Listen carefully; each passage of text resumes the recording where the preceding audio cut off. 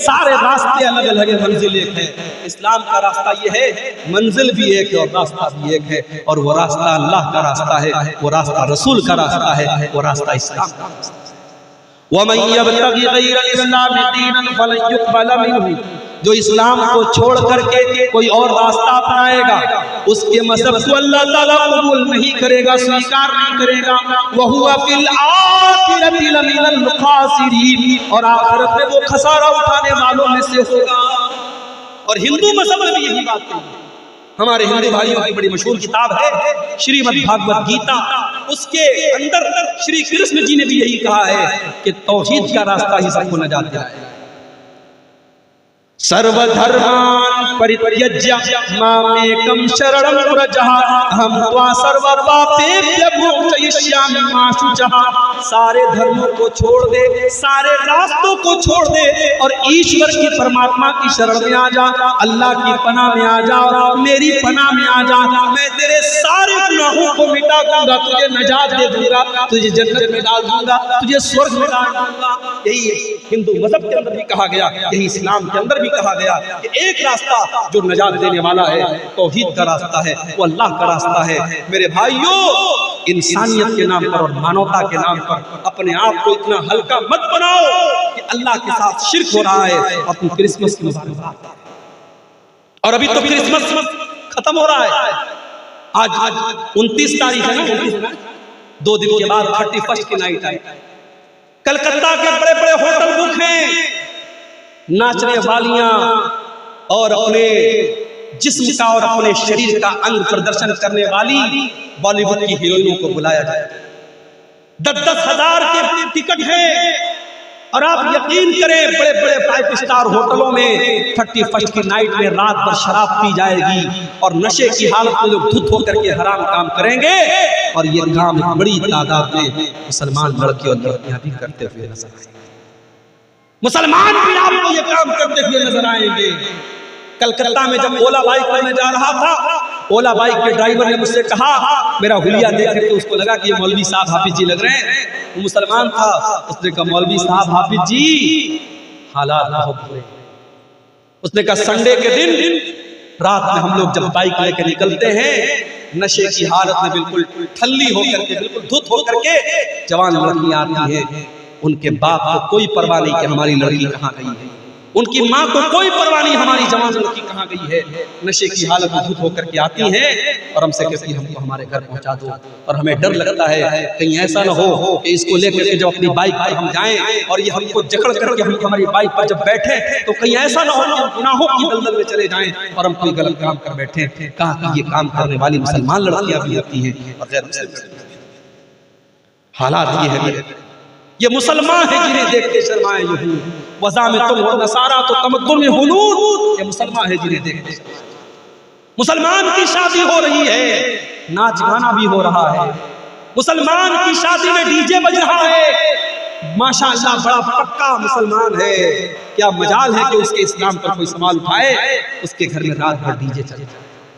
تیرے نبی نے کبھی بانسری کی آواز کو اپنے کانوں میں جانے نہ دیا، تیرے نبی کے صحابہ نے کبھی میوزک کو اپنے گھر میں آنے نہ دیا، اور تو شادی کے موقع پر رات بھر میوزک بجا رہا ہے اور تو اپنے آپ کو مسلمان کہتے ہیں۔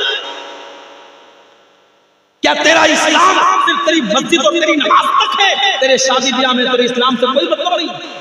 میں کہتا ہوں علماء پابندی لگا دیں، جس کے گھر میں شادی میں ڈی جے بجے گا، ناچ گانا ہوگا، سارے علماء مل کر کے یہ طے کر لیں اس کے گھر میں ہم نکاح نہیں پڑھائیں گے، اس کی شادی میں ہم نہیں جائیں گے۔ لوگوں کے دماغ سے جائیں پڑھائیں، خود اپنا نکاح پڑھائیں، علماء منع کر دیں ہم ایسی شادی میں۔ شادی ہماری کیسی ہو رہی ہے؟ ماشاءاللہ باپ کے چہرے پر شرعی داڑھی ہے، ماتھے پر سجدے کا نشان ہے، شادی میں اپنی جوان بیٹی کو لے کے گیا، کار سے نکلا، جوان بیٹی ساڑی پہن کر کے اور گاؤن پہن کر کے نکلی ہے، اس کا پورا آدھا شریر ڈھکا ہے اور آدھا شریر نظر آ رہا ہے، اور سارے لوگ اس کی لڑکی کو دیکھ رہے ہیں، اور باپ کو کوئی فرق نہیں پڑتا ہے۔ صاحب فیشن کا زمانہ ہے، شادی کے موقع پر میری لڑکی تو حور بن کے آئی ہے، میری لڑکی جو چاہے پہنے، کیا فرق پڑتا ہے؟ مجھے بتاؤ، کیا شادی کے موقع پر بے پردگی جائز ہو گئی، بے حیائی جائز ہو گئی؟ میں کہتا ہوں وہ لڑکی جتنی گنہگار ہے، وہ لڑکی جتنی گنہگار ہے، اس لڑکی کا جوان باپ اور اس لڑکی کی ماں، اس جوان لڑکی کا باپ اور اس لڑکی کی ماں جس نے اس کو وہ کپڑا لا کے دیا ہے اور وہ کپڑا پہنایا ہے، اور وہ کپڑا پہن کر کے اپنے شریر کا پردرشن کر کے جب وہ لڑکی شادی میں گئی ہے تو باپ بھی برابر گنہگار ہوگا، ماں بھی برابر گنہگار ہوگا۔ اللہ کے نبی فرماتے ہیں ثلاث ينظر اللہ عز وجل الیہ یوم القیامہ، تین لوگ ایسے ہیں کہ قیامت کے دن اللہ تعالیٰ نہ تو ان کی طرف دیکھے گا، نہ ان سے بات چیت کرے گا، نہ ان کو گناہوں سے پاک و صاف کرے گا۔ تین لوگ بڑے بد نصیب لوگ ہوں گے۔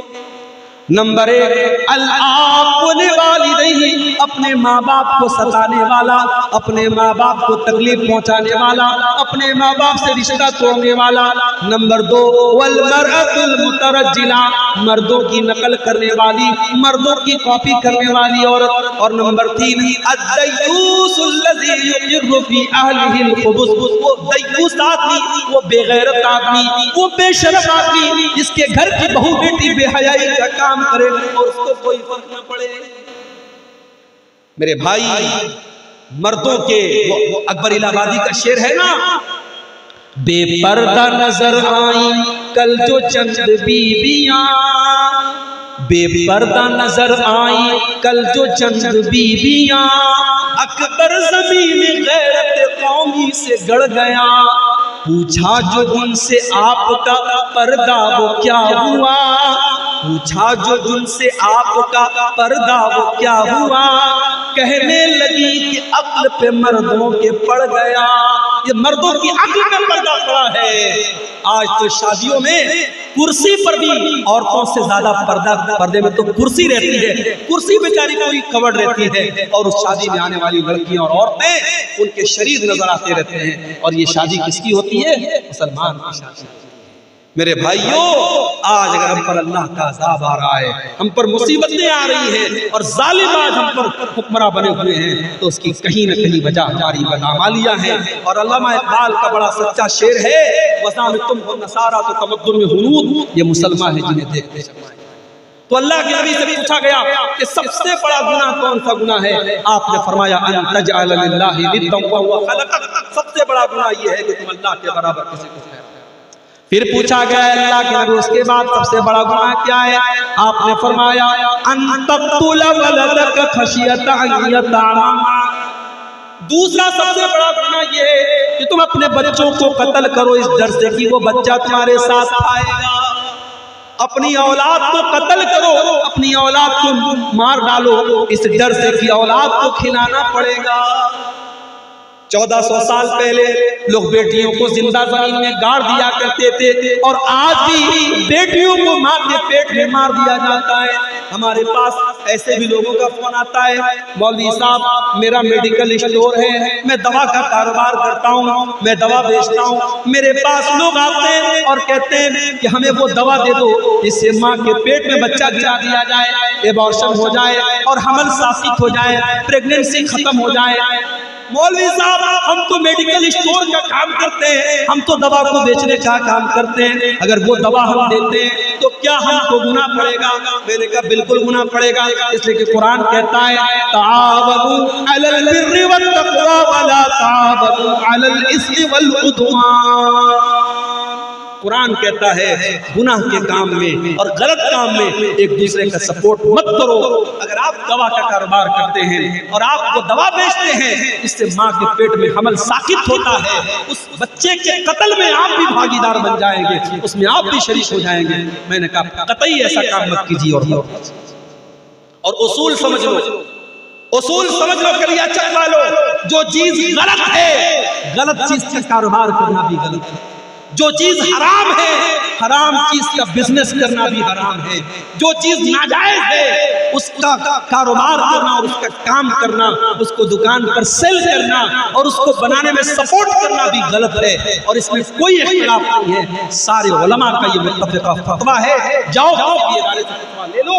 اگر آپ کسی چیز کے بارے میں شریعت کی نظر میں آپ یہ مانتے ہیں کہ یہ چیز غلط ہے اور پھر آپ اس چیز کا کاروبار کر رہے ہیں، اس کا بزنس کر رہے ہیں، آپ اللہ کے جواب دینا پڑے گا، کیونکہ آپ نے حرام اور ناجائز چیز کا بزنس کر کے اس کو پروموٹ کیا ہے، اور دلیل اس کی قرآن کی یہی آیت ہے وَلَا تَعَاوَنُوا عَلَى الْإِثْمِ وَالْعُدْوَانِ، کہ گناہ کے کام میں اور غلط کام میں ہمیں ایک دوسرے کا سپورٹ نہیں کرنا ہے۔ تو بچے تو آج بھی قتل ہو رہے ہیں، بچے تو آج بھی قتل ہو رہے ہیں، کہیں ماں کے پیٹ میں قتل ہو رہے ہیں، کہیں ہاسپٹل کے باہر آپ کو ڈسٹ بین میں مری پڑی ہوئی بچیاں مل جائیں گی۔ اور آج بھی ہماری بھارت سرکار یہ نعرہ لگاتی ہے بیٹی بچاؤ بیٹی پڑھاؤ۔ آج 2023 اور 2024 شروع ہونے والا ہے، ترقی کا زمانہ ہے، ہمارا بھارت چندریان ہمارا چاند تک پہنچ گیا ہے۔ آج کے دور میں ہماری سرکار کو نعرہ لگانا پڑتا ہے بیٹی بچاؤ بیٹی پڑھاؤ۔ کیوں؟ کیونکہ سرکار کا یہ ڈاٹا ہے، یہ گورنمنٹ کا ڈاٹا ہے کہ ہر سال سینکڑوں بچیوں کو ماں کے پیٹ میں مار دیا جاتا ہے۔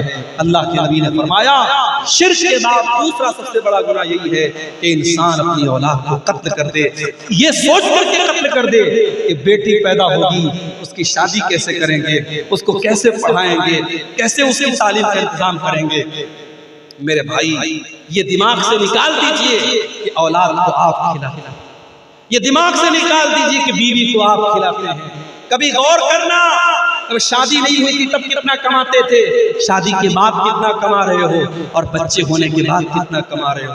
جب بیوی آتی ہے شادی کے بعد اس کے مقدر کی روزی بھی اللہ تم کو دیتا ہے، اور جب بچہ گھر میں آتا ہے اس کا مقدر بھی اللہ آپ کو دیتا ہے۔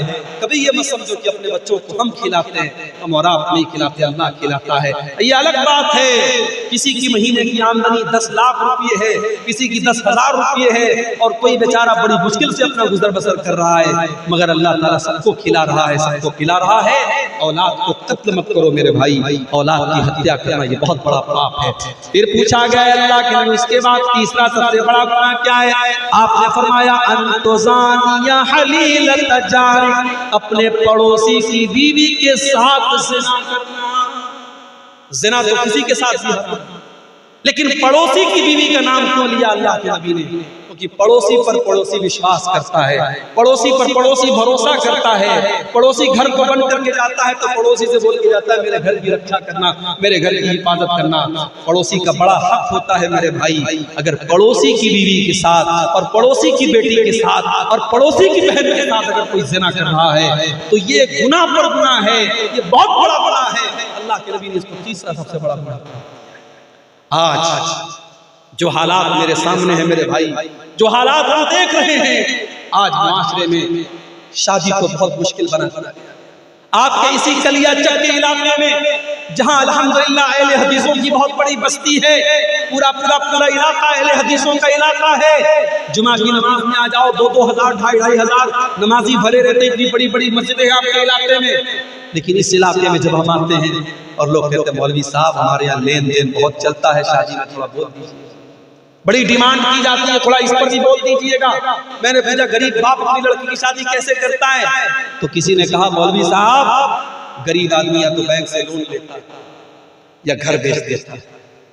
میرے بھائیو آج ہم نے بیٹیوں کو اتنا بڑا بوجھ بنا دیا کہ بیٹی کی شادی کرنے کے لیے باپ کو اپنا گھر بیچنا پڑتا ہے اور باپ کو بیاج پر بینک سے لون لینا پڑتا ہے۔ پوری اسلامی تاریخ میں اور پورے اتہاس میں بیٹی اتنی بوجھ نہیں بنی تھی جتنا بڑا بوجھ آج ہم بیٹی کو بنا دیا ہے۔ آج کتنی غریب بیٹیاں ہیں، باپ بیچارہ پریشان ہے، میری آمدنی نہیں ہے، میری کمائی نہیں ہے، بیٹی جوان ہو رہی ہے، 25 سال کی ہو رہی ہے، 30 سال کی ہو رہی ہے، بیٹی کی شادی کیسے کروں؟ آج کتنے باپ ہیں جو بیچارے وقت کے پہلے بوڑھے ہو رہے ہیں، بال ان کے سفید ہو رہے ہیں، چہرے پر چھریاں پڑ گئی ہیں، بیٹی کی جوانی نے ان کی چنتا کی لکیروں کو بڑھا دیا ہے۔ میرے بھائیو اللہ کے واسطے ہوش کے ساتھ، اللہ کے واسطے ہوش کے نہ لو، اور میں بڑے دل کے درد کے ساتھ یہ بات کہہ رہا ہوں، اہل حدیث صرف زور سے آمین بولنے کا نام نہیں ہے، صرف سینے پر ہاتھ باندھنے کا نام اہل حدیث نہیں ہے، صرف رفع یدین کرنے کا نام اہل حدیث نہیں ہے، صرف چند نماز کے طریقے میں بدلاؤ کا نام اہل حدیث نہیں ہے۔ اہل حدیث کہتے ہیں اس انسان کو جو مکمل اسلام کو فالو کرتا ہے، جو قرآن و حدیث پر چلتا ہے۔ اگر آپ کی نماز قرآن و حدیث والی ہے تو آپ کا شادی بیاہ کا سسٹم بھی قرآن و حدیث والا ہونا چاہیے۔ اگر آپ اپنے بیٹے کی شادی میں ڈیمانڈ کر رہے ہیں تو آپ کو اعلان کر دینا چاہیے کہ میں انٹرنیشنل بھکاری ہوں، میں کوئی اہل حدیث نہیں ہوں، میں تو بھکاری ہوں، بیٹے کے لیے بھیک مانگ رہا ہوں۔ بڑے انداز سے اور بڑے اسٹائل سے آج لوگ بھیک مانگتے ہیں جہیز کے نام پر۔ میرے بھائیوں، میں اپنے نوجوانوں سے کہنا چاہوں گا کہ اگر تمہیں اپنے بازوؤں پر ہمت ہے اور اپنے بازوؤں پر بھروسہ ہے تو اتنا گٹس پیدا کرو، اپنے باپ سے جا کے کہہ دو، اپنی ماں سے جا کے کہہ دو کہ میں ایک معمولی چٹائی پر لیٹ جاؤں گا مگر مجھے اپنے سسرال سے ملنے والے بیڈ کا انتظار ہے، میں گھڑے کا ٹھنڈا پانی پی لوں گا، مجھے سسرال سے ملنے والی فریج کا انتظار نہیں ہے، میری بیوی اپنے ہاتھوں سے کپڑا دھل لے گی، مجھے سسرال کی واشنگ مشین کا انتظار نہیں ہے، میں اپنے بیٹے کے باپ کو میں جہیز کے نام پر کوئی اس کے اوپر بوجھ نہیں ڈالوں گا۔ آج میرے بھائیوں، ان ڈیمانڈوں کی وجہ سے بیٹی بوجھ ہو چکی۔ نکاح کو آسان کرو، نکاح کو آسان کرو، ورنہ آج ابھی نیوز آئی ہے یوپی کے اندر سے، مدرسے میں پڑھنے والی لڑکی اسلام چھوڑ کر کے دوسرے مذہب میں داخل ہو چکی ہے، مرتد ہو چکی ہے۔ یہ اتر پردیش کی نیوز ہے۔ آج اتر پردیش سے لے کر بنگال تک کتنی مسلمان لڑکیاں ہیں جو اسلام کو چھوڑ رہی ہیں، مرتد ہو رہی ہیں، دین اسلام کو چھوڑ کر کے دوسرے مذہب میں داخل ہو رہی ہیں۔ یہ رونے کا مقام ہے میرے بھائی۔ اسلام کوئی ایسا دین تو نہیں ہے، یہ تو اللہ کا دین ہے۔ آج یہ دور آ گیا کہ ہماری بیٹیاں، ہماری بہنیں اسلام کو چھوڑ کے جا رہی ہیں اور ہمیں سمجھانا پڑ رہا ہے کہ اسلام بہت اچھا دین ہے۔ ہم نے تو تاریخ میں سمیہ کا واقعہ پڑھا تھا، ہم نے تو تاریخ میں ایسی عورتوں کا واقعہ پڑھا تھا جنہوں نے اپنی جان دے دی مگر ایمان کو جانے نہ دیا، اور آج عشق اور پیار کے نام پر اور محبت کے نام پر مسلمان لڑکی اپنے مذہب کو اور اپنے اسلام کو چھوڑ رہی ہے۔ میرے بھائیوں، نکاح کو آسان کرو، نکاح کو آسان کرو۔ آج ایسی لڑکیوں کے میرے پاس بھی میسج آتے ہیں، ای میل آتا ہے، مولوی صاحب میرا باپ میری شادی ایسی جگہ کرنا چاہتا ہے جہاں لڑکا قبر پرست ہے، مزار پہ سجدہ کرتا ہے، قبر پہ سجدہ کرتا ہے، پورے گھر میں تعویذ پہنا جاتا ہے۔ مولوی صاحب میں ایسے گھر میں شادی نہیں کرنا چاہتی ہوں، میں نے اپنے باپ سے کہا کہ میری شادی فلاں کے ساتھ کر دیجئے، وہ لڑکا نیک ہے، دیندار ہے اور قرآن و حدیث پر چلنے والا ہے، لیکن میرا باپ تیار نہیں ہے۔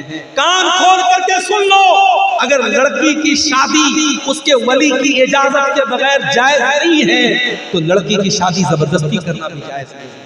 زبردستی اگر آپ اپنی لڑکی کی شادی اس کی مرضی کے بغیر غلط جگہ کر رہے ہیں تو یہ بھی جائز نہیں ہے۔ لڑکی کی اجازت بھی ضروری ہے، اگر لڑکی کی شادی میں اس کے گارجین کا تیار ہونا اور اس کے ولی کا راضی ہونا ضروری ہے تو لڑکی کی رضامندی بھی ضروری ہے۔ آپ زبردستی اگر لڑکی کی شادی کرتے ہیں تو اسلام کی نظر میں یہ نکاح بھی ویلڈ نہیں ہے، صحیح نہیں ہے۔ اس لیے میرے بھائی تھوڑے سے اس معاملے میں سمجھداری سے کام لیجئے۔ اگر لڑکی کسی لڑکے کے ساتھ شادی کرنے کو بول رہی ہے یا لڑکا کسی لڑکی کے ساتھ شادی کرنے کو بول رہا ہے اور وہ رشتہ صحیح ہے، دین کے اعتبار سے کوئی خرابی نہیں ہے، تو ماں باپ ضد نہ کریں اور نکاح کر دیں تاکہ آئندہ زندگی میں وہ لڑکا یا لڑکی کوئی ایسا قدم نہ اٹھائے جس سے پورے خاندان کی عزت پر دھبا لگے۔ اس معاملے میں ہمیں سمجھداری سے کام لینا پڑے گا۔ اللہ کے پیارے نبی فرماتے ہیں اذا خطب الیکم ممن ترضون دینہ وخلقہ، جب تمہاری لڑکیوں کے لیے ایسا رشتہ ہے، لڑکا دیندار ہے اور لڑکا اچھے اخلاق والا ہے، فزوجوہ، تو تم اپنی لڑکیوں کی شادی ایسے لڑکوں سے کر دو۔ اگر ایسا نہیں کرو گے تکن فتنۃ فی الارض وفساد عریض، تو زمین کے اندر فساد پھیلے گا اور فتنہ پھیلے گا۔ تو میرے بھائیو، اگر ہمیں زناکاری کو روکنا ہے تو ہمیں نکاح کو آسان کرنا۔ اور آگے بڑھیے، اللہ کے نبی فرماتے ہیں جنت کو سبع الموبقات، 7 ہلاک کر دینے والے گناہوں سے بچو۔ صحابہ نے پوچھا ہے اللہ کے نبی کون سے 7 ہلاک کر دینے والے گناہ ہیں؟ آپ نے فرمایا الشرک باللہ، سب سے بڑا گناہ تو اللہ کے ساتھ شرک کرنا ہے جو اللہ معاف نہیں کرے گا۔ اگر شرک کی حالت میں انسان مر گیا تو اللہ کیا اس کو جنت ملنے والی نہیں ہے؟ الشرک باللہ، سب سے بڑا گناہ شرک کرنا۔ نمبر 2 والسحر، جادو کرنا۔ آج جادو بھی ہو رہا ہے، آج جادو بھی ہو رہا ہے، آج ایک دوسرے سے حسد اور جلن کے لوگ ایک دوسرے کے اوپر جادو بھی کروا رہے ہیں، عورتیں بھی جادو کروا رہی ہیں، مرد بھی جادو کروا رہے ہیں۔ جادو کرنا کرانا حرام ہے۔ اللہ کے نبی کہتے ہیں ہلاک کر دینے والا دوسرا بڑا گناہ جادو کرنا۔ تیسرا گناہ وقتل النفس التي حرم اللہ الا بالحق، اور کسی نردوش کی ہتیا کرنا، کسی بے گناہ کا قتل کرنا، کسی بے گناہ کو قتل کر دینا اور کسی کسی بے گناہ کو مار ڈالنا یہ تیسرا بڑا گناہ ہے۔ نمبر 4 وہ اکل الربا، سود کھانا، بیاج کھانا، انٹرسٹ کھانا، اور انٹرسٹ پر لوگوں کو قرضہ دینا، 1 لاکھ دے کر کے 1,02,000 لینا، 1,05,000 لینا۔ سود اور بیاج کی جتنی شکلیں، کان کھول کر کے سن لو، اللہ کے نبی فرما رہے ہیں وہ اکل الربا، سود اور بیاج کھانا یہ بھی ہلاک کر دینے والا گناہ ہے۔ آج کتنے مسلمان ہیں جو سود اور بیاج کا لین دین کر رہے ہیں؟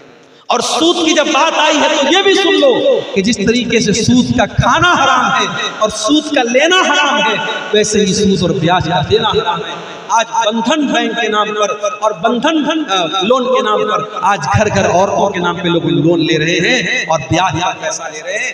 یاد رکھو اللہ کے نبی نے بیاج کھانے والے، بیاج کھلانے والے، بیاج کو لکھنے والے، بیاج کی گواہی دینے والے سب پر اللہ کے نبی نے لعنت کی، اور آپ نے فرمایا سب برابر ہیں۔ اس لیے بیاج کے کھانے کھلانے والے کان کھول کر کے سن لے، ہلاک کر دینے والے گناہوں میں چوتھا گناہ اللہ کے نبی نے فرمایا وہ اکل الربا، سود کھانا۔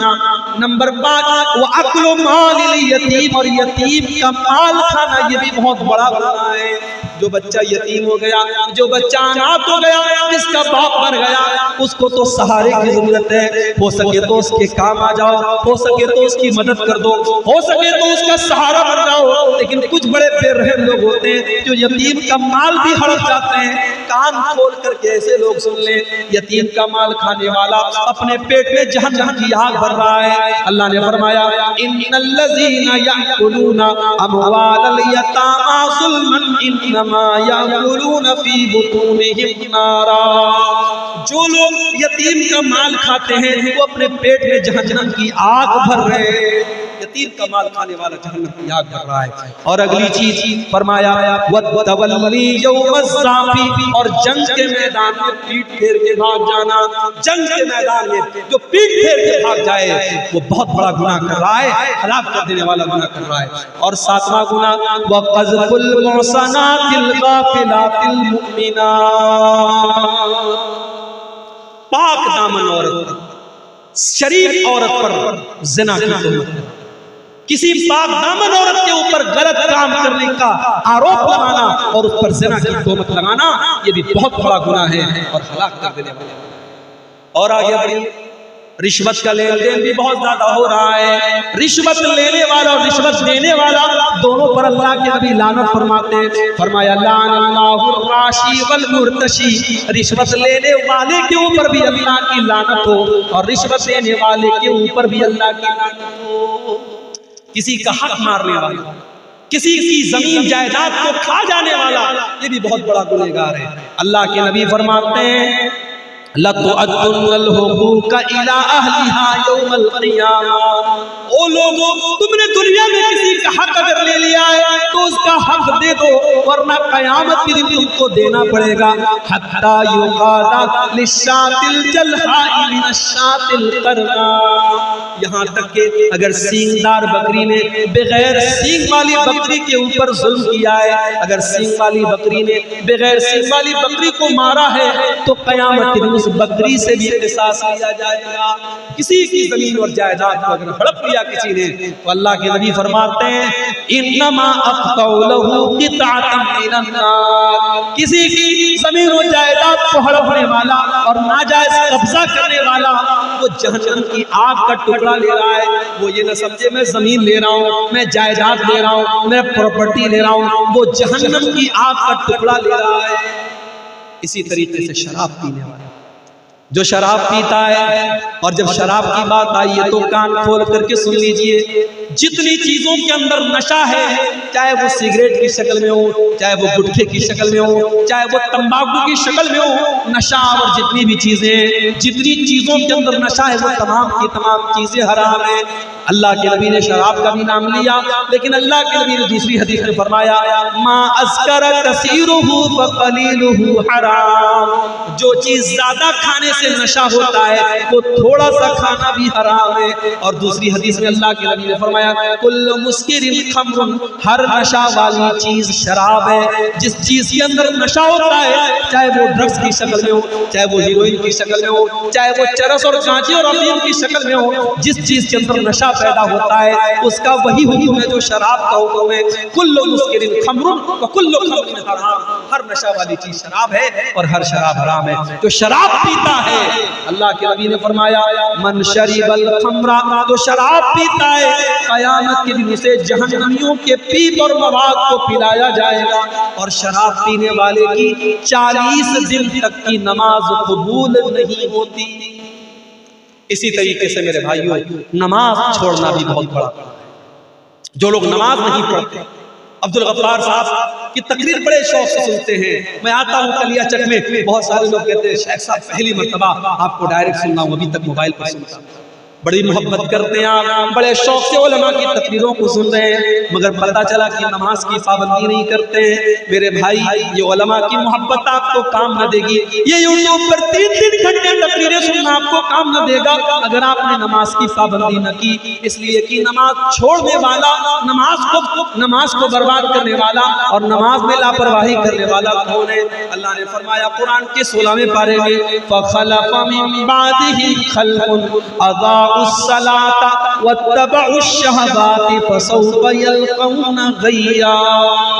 نماز کو برباد کرنے والے وہ لوگ ہیں جو نالائق لوگ ہیں، جہنم میں جانے والے لوگ ہیں، وہ نماز کو برباد کرتے ہیں۔ میرے بھائی جس نبی سے ہم محبت کرتے ہیں، جس نبی کا ہم کلمہ پڑھتے ہیں، اس نبی کو نماز سے بڑی محبت تھی۔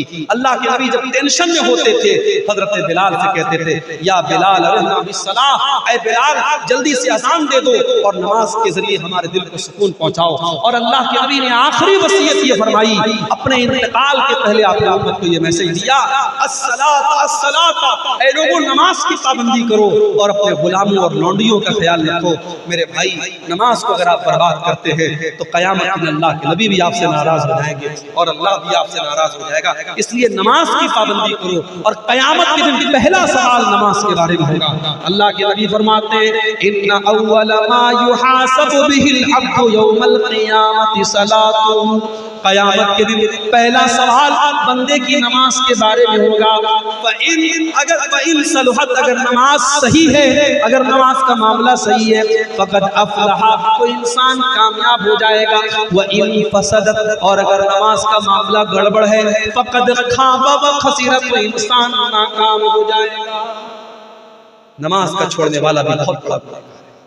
اور ایک آخری حدیث سنا کر کے بات ختم کرتا ہوں، ہماری ماں بہنوں سے ریلیٹڈ یہ حدیث ہے، اس کو بھی آپ سن لیں، یہ صحیح مسلم کے اندر یہ حدیث موجود ہے۔ اللہ کے نبی فرماتے ہیں کہ میں اپنے امت کے 2 لوگوں کو جانتا ہوں، صنفان من اہل النار لم ارہما، 2 قسم کے لوگ جہنم میں جائیں گے، ان کو میں نے ابھی نہیں دیکھا ہے، یعنی وہ بعد میں آئیں گے، وہ قیامت کے پہلے آئیں گے، وہ قیامت کے قریب والے دور میں آئیں گے۔ نمبر 1 قوم معہم سیار کاذناب البقر یضربون بها الناس، ایسے لوگ آئیں گے جن کے ہاتھ میں گائے کی دم کی طرح کوڑے ہوں گے، اور وہ کوڑوں سے لوگوں کو ماریں گے، اتیاچار کریں گے، ظلم کریں گے، وہ اپنے پاور کا غلط استعمال کریں گے، وہ اپنی طاقت کا غلط استعمال کریں گے۔ ہر وہ انسان وہ جو ظلم کرتا ہے، جو لوگوں پر اتیاچار کرتا ہے، وہ اس حدیث کے اندر شامل ہے۔ آپ نے فرمایا ایسے ظالم لوگ جہنم کی آگ میں جلیں گے۔ کبھی کسی پر ظلم مت کرو۔ اگر اللہ نے آپ کو پاورفل بنایا ہے، دولت والا بنایا ہے، اپنی دولت کا غلط استعمال مت کرو، اپنے پاور کا غلط استعمال مت کرو۔ یاد رکھو جس پر ظلم کرو گے، اگر اس کے منہ سے بد دعا کی آواز نکلی تو اللہ کے نبی فرماتے ہیں کہ مظلوم کی بد دعا کے درمیان اور اللہ کے درمیان کوئی رکاوٹ نہیں ہے، اس کی بد دعا ڈائریکٹ اللہ کے پاس جاتی ہے، اور مظلوم نے اگر بد دعا کر دی تو آپ کا کام تمام ہو جائے گا، برباد ہو جائیں گے آپ۔ اس لیے کسی پر کبھی ظلم مت کرنا میرے بھائی۔ تو یہ پہلی کیٹیگری کے لوگ ہیں جو جہنم جائیں گے۔ اور دوسری کیٹیگری کون ہوگی؟ فرمایا وَنِسَاءٌ كَاسِيَاتٌ عَارِيَاتٌ مُمِيلَاتٌ مَائِلَاتٌ، ایسی عورتیں جو کپڑا پہننے کے باوجود ننگی ہوں گی۔ کپڑا پہننے کے باوجود ننگی ہوگی، یعنی ان کا ڈریس ایسا ہوگا، ان کا کپڑا ایسا ہوگا جو ان کے شریر کو پردرشت کرے گا، ان کی باڈی کو ایکسپوز کرے گا، وہ اپنے جسم کو نظر دکھائیں گی، اپنے شریر کا پردرشن کریں گی۔ کاسیات عاریات، کپڑا پہننے کے باوجود ننگی ہوگی۔ آج کہنے کی ضرورت نہیں ہے کہ آج مسلمانوں کے گھروں میں ایسے کپڑے پہنے ہیں، پورا کپڑا نیٹ کا کپڑا ہے، پوری آستین نظر آ رہی ہے، پوری بیک لیس آج جو ہے کپڑے پہنے جا رہے ہیں، پوری پیٹھ نظر آ رہی ہے، پیٹ نظر آ رہا ہے، پورا شریر نظر آ رہا ہے، کپڑا پہننے کے باوجود وہ عورت ننگی ہے، اور مسلمانوں کے گھروں میں ایسے کپڑے پہنے جا رہے ہیں۔ آپ نے فرمایا ممیلات مائلات، ایسی عورتیں جب چلتی ہیں ان کی چال کے اندر بھی بے حیائی ہوتی ہے، وہ اپنی چال کے ذریعے دوسروں کو آکرشت کرتی ہیں، وہ شرما کے نہیں چلتی، وہ تو اترا کے چلتی ہیں، وہ تو بے حیا اور فاحشہ عورتوں کی طرح چلتی ہیں، مائلات، اور خود وہ ان بے حیا لوگوں کی طرف مائل ہوتی ہیں، ان کی چال بھی بے حیا عورتوں کی طرح ہوتی ہے، اور وہ غیر مردوں کی طرف آکرشت ہوتی ہے۔ آپ نے فرمایا رؤوسہن کاسمۃ البخت المائلہ، ان کا ہیئر اسٹائل ایسا ہوگا جیسے اونٹ کا کوہان ہوتا ہے۔ انٹرنیٹ پہ جا کے دیکھ لینا اونٹ کے کوہان والا ہیئر اسٹائل کیسا ہوتا ہے۔ اگر آپ کے گھر کی بہن بیٹی ایسا ہیئر اسٹائل بناتی ہے جو اونٹ کے کوہان کی طرح ہے تو اپنے گھر کی بہن بیٹیوں کو منع کر دینا، یہ جہنمی عورت کی نشانی بتائی گئی۔ رؤوسہن کاسمۃ البخت المائلہ، اونٹ کے کوہان کی طرح ان کے بالوں کا جوڑا ہوگا، ان کا ہیئر اسٹائل ہوگا۔ آج کل میک اپ کے نام پہ کیا کیا ہوگا؟ ابھی میری اہلیہ ایک دن بتا رہی تھی کہ آج کل کوئی وہ ہونٹ میں کوئی انجیکشن لگا کر کے ہونٹ کو موٹا کرتا ہے، یعنی یہ کیا کیا ہو رہا ہے۔ پلک کو جو ہے آئی برو کو بالکل جو ہے برابر کر دیتی ہیں اور اس میں کاٹ چھاٹ کرتی ہے، جبکہ اللہ کے نبی نے متنمسات جو آئی برو کے ساتھ چھیڑ چھاڑ کرتی۔ ہاں اگر کسی عورت کی آئی برو عام عورتوں کے مقابلے میں بہت زیادہ عجیب و غریب لگ رہی ہے، بدصورت والی کیفیت ہے، تو اس کو وہ صحیح کر سکتی ہے، لیکن خوبصورتی کے نام پر اچھی خاصی اپنی آئی برو کو سیٹ کرنا یہ صحیح ہے، اور ہونٹ کے اندر انجیکشن لگا کے ہونٹ کو موٹا کرنا یہ حرام ہے میرے ماں اور بہن۔ ہاں کسی عورت کے اگر چہرے پر بال آ گئے، ظاہر ہے کہ عورت کے چہرے پر بال نارملی نہیں آتے تو ان کو وہ ریموو کر سکتی ہے، ان پر ویکسنگ وغیرہ کروا سکتی ہے، مگر نارمل اپنے بالوں میں ویکسنگ وغیرہ کروانا یہ صحیح نہیں ہے۔ تو فیشن کے نام پر آج بہت کچھ آپ نے فرمایا ایسی عورتیں جو بے حیائی کے کام کریں گی اور فیشن کے نام پر بے حیائی کریں گی، لا يدخلن الجنت، ایسی عورتیں جنت میں نہیں جائیں گی۔ جنت میں جانا تو بڑی دور کی بات ہے، ولا یجدن ریحھا، وہ جنت کی خوشبو بھی نہیں پائیں گی۔ اس لیے ہماری مائیں اور بہنیں اس حدیث کو سننے کے بعد اپنی اصلاح کر لیں، اپنے لباس اور اپنی ڈریس کو صحیح کر لیں۔ اور آخر میں یہی کہنا چاہوں گا میرے بھائی کہ ایک عورت کا جنت میں جانا زیادہ آسان ہے۔ آج تک آپ نے یہ سنا ہوگا عورتیں جہنم میں زیادہ جائیں گی، مگر میں آپ کو طریقہ بتا رہا ہوں، عورتیں 4 کام کر لیں تو جنت میں چلی جائیں۔ عورتوں کا جنت میں جانا مردوں کے مقابلے میں آسان ہے۔ عورتوں کو جہاد کے میدان میں نہیں جانا ہے، عورتوں کو جنگ کے میدان میں جا کے لڑنا نہیں ہے۔ بہت سارے کام جو مردوں کے ذمہ ڈالے گئے وہ عورت کو نہیں کرنا ہے، اور صرف 4 کام کر لے وہ جنت میں۔ ایما امرأة صلت خمسها وصامت شهرها وأطاعت زوجها وأحسنت فرجها دخلت من أي أبواب الجنة شاءت۔ آپ نے فرمایا جو عورت 4 کام کر لے، 5 ٹائم کی نماز کی پابندی کرے، رمضان کا روزہ رکھے اور اپنے شوہر کی اطاعت اور خدمت کرے۔ یہاں پر ایک بات میں بتا دوں، میاں بیوی کا رشتہ یہ غلام اور نوکر کا رشتہ نہیں ہے، یہ آقا اور نوکر کا رشتہ نہیں ہے۔ اگر شوہر یہ سمجھتا ہے بیوی میری لونڈی ہے، بیوی میری نوکرانی ہے، تو وہ بھی غلط ہے، اور اگر بیوی یہ سمجھتی ہے کہ شوہر میرے اشارے پر ناچے تو یہ بھی غلط ہے۔ شوہر اور بیوی کا رشتہ محبت کا رشتہ ہے، لیکن گھر کا اور پریوار کا مکھیا مرد ہے، اس لیے بیوی کو چاہیے کہ شوہر کی بات مانے۔ ہاں اگر شوہر کی غلط بات ہے، ناجائز بات ہے، تو بیوی کو نہیں ماننا ہے، لیکن جو صحیح بات ہے وہ بیوی کو ماننا ہے۔ وَأَطَاعَتْ زَوْجَهَا، اپنے شوہر کی اطاعت کرے۔ وَأَحْسَنَتْ فَرْجَهَا، اور اپنی شرمگاہ کی حفاظت کرے، اپنی آبرو کی حفاظت کرے، اپنے آپ کو زنا سے بچائے، اپنے آپ کو بدکاری سے بچائے۔ یہ 4 کام جو عورت کر لے، اللہ کے نبی فرماتے ہیں دخلت من ابواب الجنت شاء، ایسی عورت جنت کے جس دروازے سے چاہے جنت میں چلی جائے۔ تو یہ چند گناہوں کے تعلق سے میں نے آپ کے سامنے میرے بھائیوں بات رکھی ہے۔